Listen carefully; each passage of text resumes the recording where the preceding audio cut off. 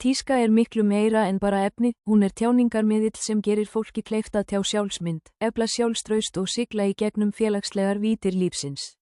Persónulegur stíll gegnir einnig grundvallarhlutverki í að þróa sjálfsmynd og tilfinningarlegan stöðuleika, sérstaklega þegar einstaklingar eldast og leita leiða til að vera tjáningarfullir á öllum stigum lífsins. Hins vegar getur skipulögð fataskápur raunverulega breytt því hvernig einstaklingum líður, hvernig þeir hegða sér og hvernig þeir tengjast öðrum. Að kanna þessa spurningu leiðir í ljós ýmsar félagslegar og sálfræðilegar afleiðingar tísku og sýnir hvernig meðvitað samband við fatnað getur eflt sköpunargáfu, aukið sjálfstraust og leitt til auðgandi félagslegra reynslu. Tíska er oft skynjuð sem yfirborðskennd áhugi, en áhrif hennar ná miklu dýpra en efni eða snið. Tíska er sálfræðilegur verkunarmáti með þýðingarmikil áhrif á sjálfsálit, sjálfsmynd og félagsleg samskipti. Fatnaður er bæði fagurfræðilegt og tjáningartæki sem einstaklingar velja ekki aðeins fyrir útlit sitt heldur einnig til að miðla gildum sínum. Fyrir marga endurspeglar eigið útlit félagslega stöðu og metnað. Með því að gera það nýta einstaklingar tísku sem leið til bæði hlýðni og uppreisnar, sem og sjálfsvendar og sjálfskinningar.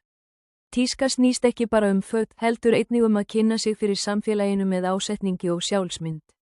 Tíska þjónar sem stefnumótandi sálfræðilegur stuðningur. Fyrir marga snýst fatnaður vernd, ekki aðeins gegn veðri og vindum, heldur einnig gegn fordómum og sjálfsvafa. Hann gerir einstaklingnum kleift að ákveða hversu mikið hann sýnir af sínu sanna sjálfi. Fyrir fólk sem glímir við kvíða eða þunglindi getur það að setja saman föt sem eru vel sniðin og passa vel þjónað sem jarðtengingaræfingu veitt stjórn.